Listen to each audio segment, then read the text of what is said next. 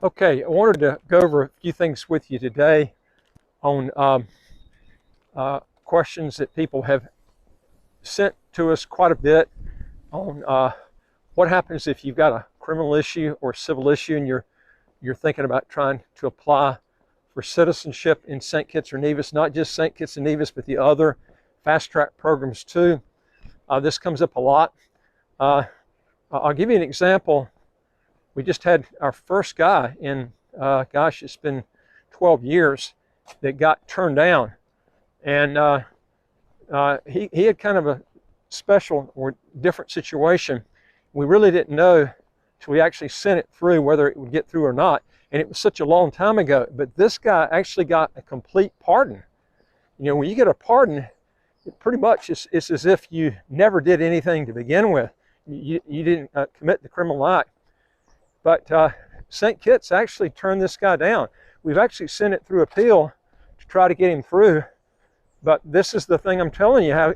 One reason they've got so strict, I talked with the lawyer that handled the case, and he said that St. Kitts has gotten so strict because of the EU coming in. And you see what happened with Vanuatu, where they let some questionable people get in. But those people were actually on a watch list with Interpol. So I mean, I can understand why they didn't. You know, those people should have never been accepted anyway to Vanuatu citizenship program. But this guy, it happened so long ago, and he did spend about a year. I think it was right at a year in prison.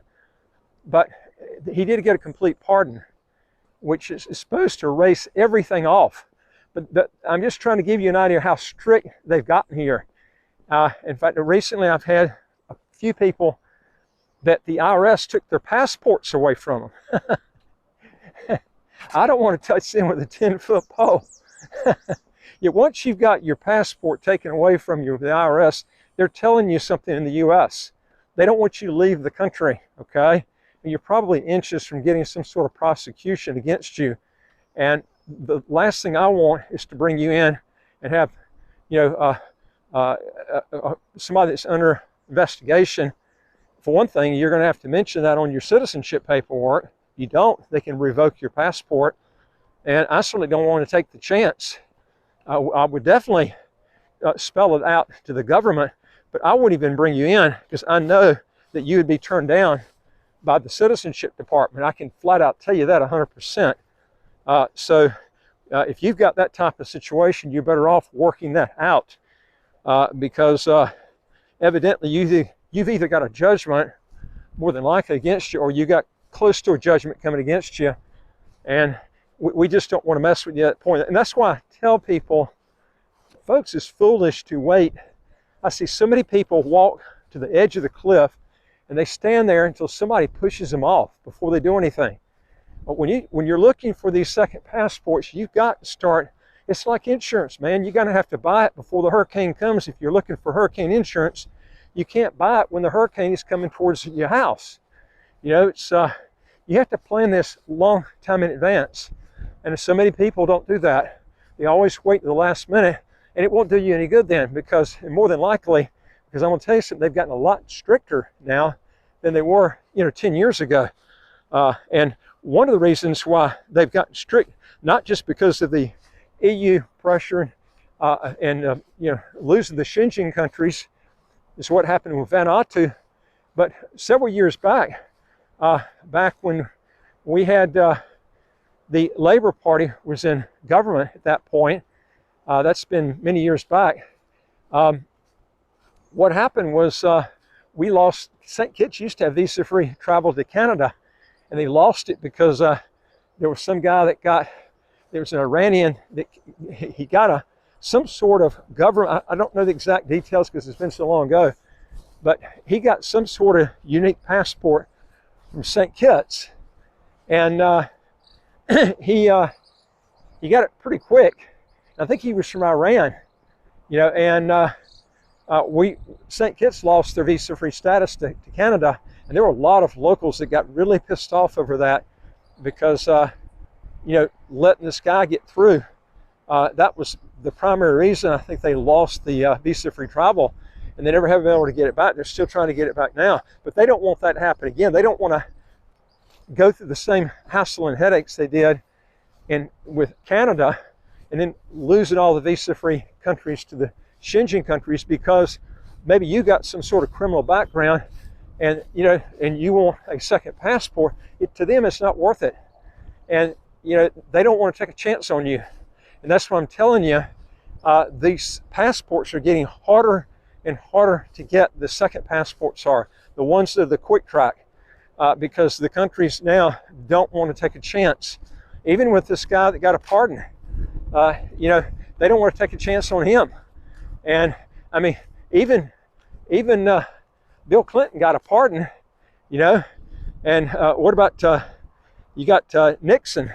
He got a pardon too. I mean, this is the classification we're looking at. These people, were presidents of the United States, but yet, look what happened. They're pretty much, their slate was cleaned up, but not in this situation. They're looking at it as, we still don't want to take the chance on the guy, and we're still trying to get it through. We're trying to, we got it in the appeals process now. I don't know if we're going to get it approved or not. I really think in this situation they should, because when you get a pardon, it's like in the U.S., your criminal record's clean. It's just as if you never did anything. But I'm just telling you, this is how strict it's gotten. So if you're looking to get a passport, you need to do it before you have a problem. And I see so many people right now, I know because we're dealing with them, people that come in and say that they haven't filed their taxes for years. Well, I tell them, you need to go back and file those forms. You're just going to get yourself in a bigger hassle and headache. And then if you wait to get the passport, when you got the problem, you're probably going to get a judgment against you from the IRS. That shows up as a permanent record. You get that judgment, and I'm going to tell you something. St. Kitts is going to pull that up.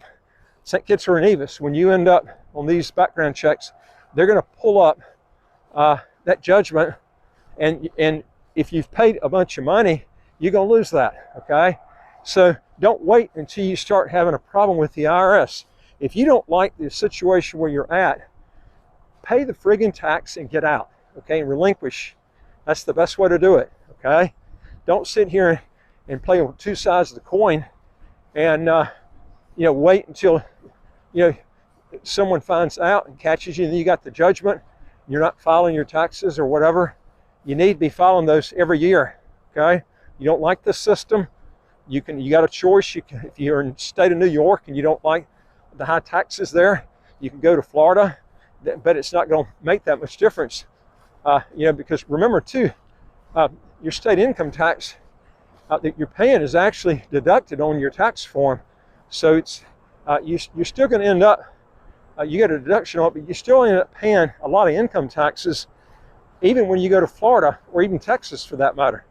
Okay, you got Texas got one of the highest property taxes of any state in the U.S. If you really want to get your property tax almost to zero, have no income tax, no capital gains tax, no estate tax, no inheritance tax, I've told you before, all you got to do is leave the U.S., relinquish your citizenship, and you can get it to zero. All right, now your income tax, individual income tax. Now, there are things you can do, as I mentioned before. You can mitigate quite a bit, up to about $224,000 roughly a year, and that goes up every year. It has in the past, so I assume they'll continue going up. And you can have that's qualifying for the foreign earned income exclusion. But the fact is, if your income's real high, you're still not going to be able to disseminate it to zero. So you're going to have to decide, do you want to go that route? Puerto Rico has a plan too. I've always said that Puerto Rico, that program is not going to last. And I think you're going to make a long distance move that's going to be very costly and time consuming. My advice is to get out of your situation and where you control it. And the only way you're going to do that is to break your ties with the U.S. If you're in a high tax country like Canada, Australia, places like this where they tax based on worldwide income, if you're a resident there, you need to break away from there long enough to break those ties where you're not taxed on that money. Anyway, if you want to know more on this, folks, go to our website, help.citizenshipquickly.com. Just ask for some help. And I would like to hear from you. If you got a question or comment, put it below. And don't forget to hit the subscribe button right on your screen. We got new videos automatically that will come out to you if you do that, and that notification bell next to it. And I look forward to talking to you in the next video. Take care.